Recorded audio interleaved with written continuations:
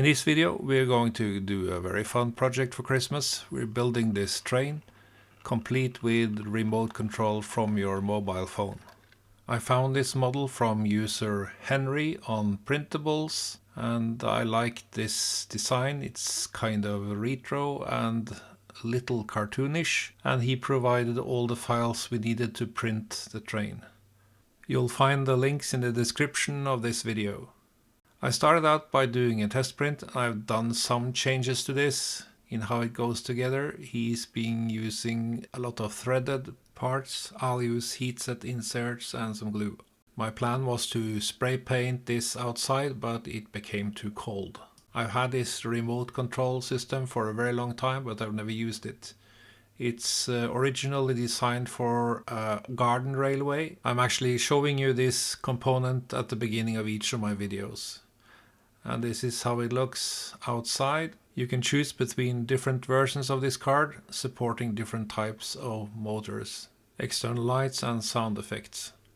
The beauty of this system is that it acts like a Wi-Fi hotspot with an internal web server that will show you all the controls. For the train you can see the battery status, the speed, and these functions are specific for a train, where you have this coast to a stop, and you can now see that the speed increases slowly.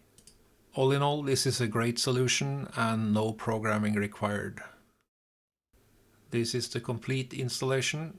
This is very simple to do. You have the motor. This is called a TT motor from Adafruit. There is also a metal version of this, and this is the remote card. And this is the Model B, which is the smallest one with support for lights. I'm using some 3.7 volts Lipo batteries, rechargeable. I decided to print the front of the boiler in black like this, and also the smokestack, and this is going to be attached with the M3 bolt. The boiler was printed in red PET G. I made some changes to the original design to be able to print it in this orientation. In that way the supports wouldn't be needed. I really like to use these heat set inserts. These are with M3 thread, and I'm using these on my printers and everywhere. It's a lot more convenient than using a nut or a nylock. Just make sure that these inserts go straight in, so we will not have a problem to get the M3 bolt to attach to them. And that's it. I'll then attach to a smokestack to the boiler using M3 10mm bolt.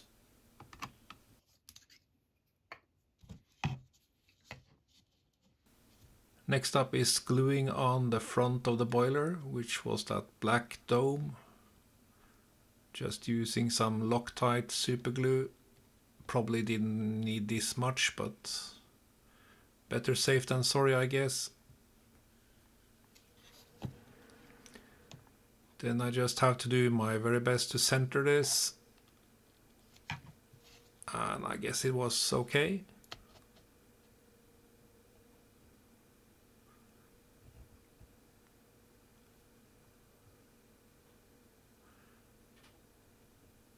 We'll then get the boiler onto the chassis. There's a lot of room inside this boiler, so you can have larger Lipo batteries if you like. And again, I'll just attach these with M3 bolts using the heat set inserts. Next up is connecting the Lipo battery, and you have to get the polarity right, otherwise you will fry this board.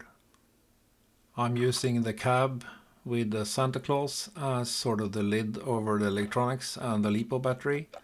So we have to remove this to replace the battery.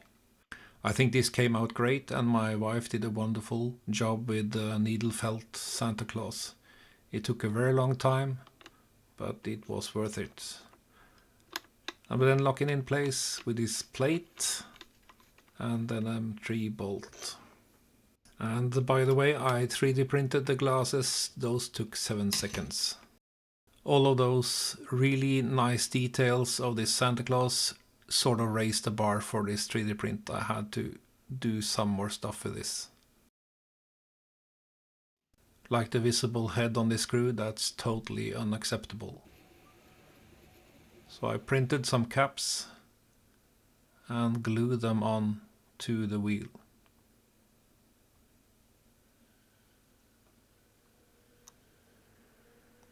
Much better. I still think this needs some more work. I have to add some more stuff. And the first thing I'll add is a buffer. This is one for the Locomotive and one for a Wagon. This is the buffer attached to the Locomotive, and it's also got some paint now. This looks a lot more like Christmas with this gold color. I wanted a lamp as well for the Locomotive, and I did this in Fusion. It's just for an LED. You can just bend the legs on this and connect it to the Loco Remote. This is a front view with the LED visible. My wife helped me out again by adding some UV resin as sort of a lens in front of this LED. I think that came out nicely. And the gold paint really made a difference. I wanted a wagon for this train, and I took the lazy way out by just adapting some of the parts from the Locomotive. This turned out to be a little bit too heavy. I should have made this with less plastic and some simpler construction. I still like the wheels though. And again, I'm using heat set inserts for this wagon, exactly the same like the Locomotive. These parts are, by the way, printed in PLA.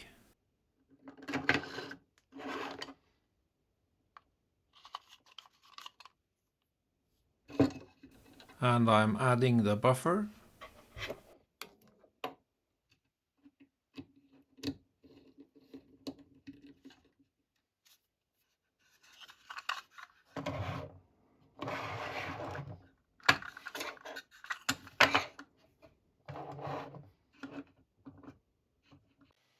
Next up is printing an open wagon, and this is from the user Crafty Nerd on printables.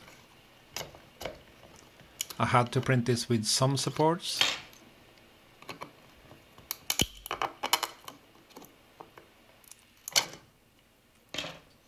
The text on the side here is Merry Christmas in my native language, Norwegian.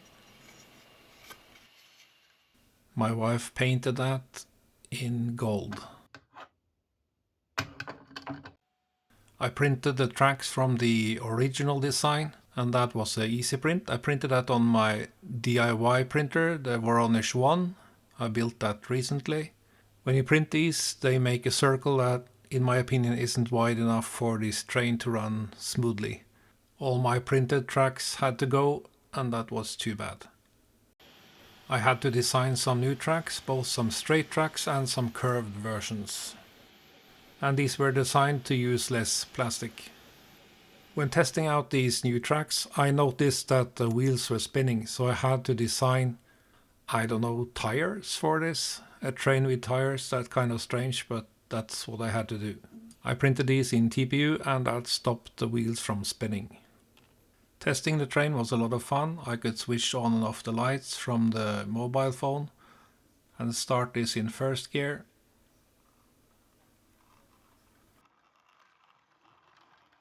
I also tested out the coast to a stop functionality. That will make the train stop slowly, more natural. I enjoyed working on this train. It took a lot of time, more than I expected. There is still room for improvement, but this will have to do. Bye for now, hope to see you soon.